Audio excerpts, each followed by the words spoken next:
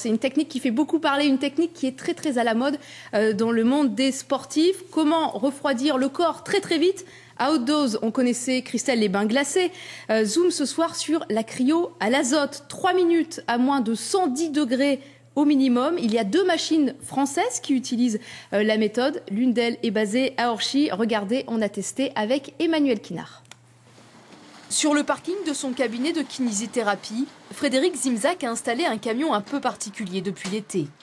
À l'intérieur, une unité mobile de cryothérapie. Toujours un peu les sondes. Une cabine où ses premiers clients sont les basketteurs professionnels d'Orchy. Après un entraînement, ils viennent se plonger dans le grand froid pendant 3 minutes chrono. Chaussures et gants obligatoires pour protéger les extrémités. Allez, quand on est dedans, c'est froid. Il doit faire moins 135, un truc comme ça là. Oui. Donc ouais, c'est froid.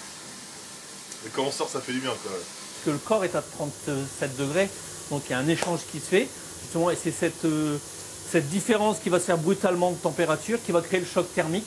Ça va faire tout ce qui est vasodilatateur, vasoconstricteur et qui va ramener tout le sang aux viscères et qui va drainer le corps en fait et donner des endorphines.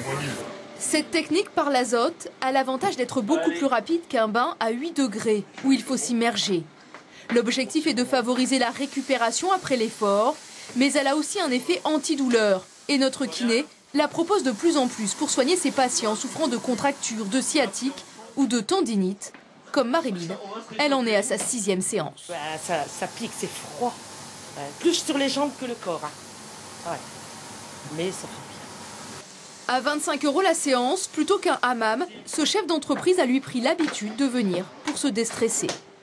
Moi, je fais ça pour la détente, un peu pour la récup également. Mais beaucoup pour la détente. Ça me déstresse. Après les cyclistes d'Astana, les basketteurs, les footballeurs de la Juventus de Turin, Frédéric Zimzak ira bientôt à Luchin faire tester sa machine aux joueurs du LOSC. Il sera également à l'arrivée de certaines courses à pied régionales. Dans la remorque, les 500 litres d'azote pour faire tourner la machine et un commerce qui prend son envol.